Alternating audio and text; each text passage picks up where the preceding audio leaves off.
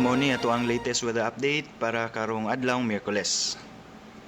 Padayon ta nag-monitor aning low pressure area sud sa ato ang PAR ug sa ato ang latest na data nahimutang ni sa 20 kilometers amihanang silangan sa Romblon.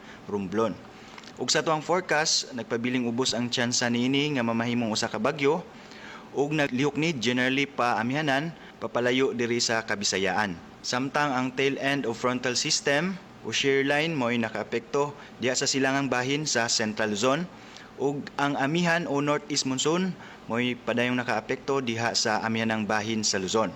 Maong karong adlaw ang silangang bahin sa Visayas makasinati sa medyo mapanganuron ug nay mga pagpanagum sa kalangitan inubanan sa mga pag-ulan nga hinay ngadto sa kasarangan ug nay okasyon nga kusog na mga pag-ulan dala aning trough sa LPA.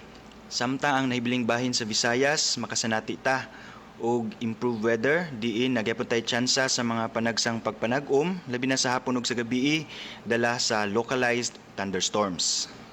Para sa dugang updates bisita ato ang official website ug dinhi nilang kutob ug mao na ato ang latest weather update gikan diri sa buhatan sa Pag-asa Mactan, Visayas, DOST. Kini si Joseph Merlas, maayong adlaw.